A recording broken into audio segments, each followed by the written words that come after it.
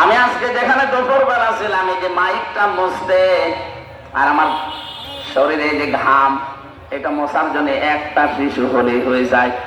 ও দেখলাম 4-5টা টিস্যু বের করে আমার হাতে, না এটা ঠিক হয়, এটা অপচয়। আরে ভাই, একটা টিস্যু হলে তো আমার মুখ মোছা, এটা মোছা হয়ে যায়, আপনি 4টা-5টা টিস্যু নষ্ট করলেন কোন কারণে? আল্লাহ রাব্বুল আলামিন শুধু এই ফতোয়াটা দিয়ে শেষ করে দেননি, তিনি দেখিয়েছেন আমাদেরকে যে আমি কিন্তু অপচয় করি না। এই যে আমাদের যে পিত্তথলিতে পিত্ত রস পড়ে, খাবারগুলো যখন আমরা খাই, এই খাবারের নির্যাস থেকে এই রসটা তৈরি হয়, খুব দামি জিনিস। আল্লাহ পাক এই যে আমাদের এই ভেতরে একটা কম্পিউটার এখানে সেট করেন, আমি দেখাচ্ছি। এই খাবারের আসল নির্যাস গুলো আপনি যাই খান, একটা নির্যাস বের হয়, এটা থেকে ওই পিত্ত রসটা তৈরি হয়।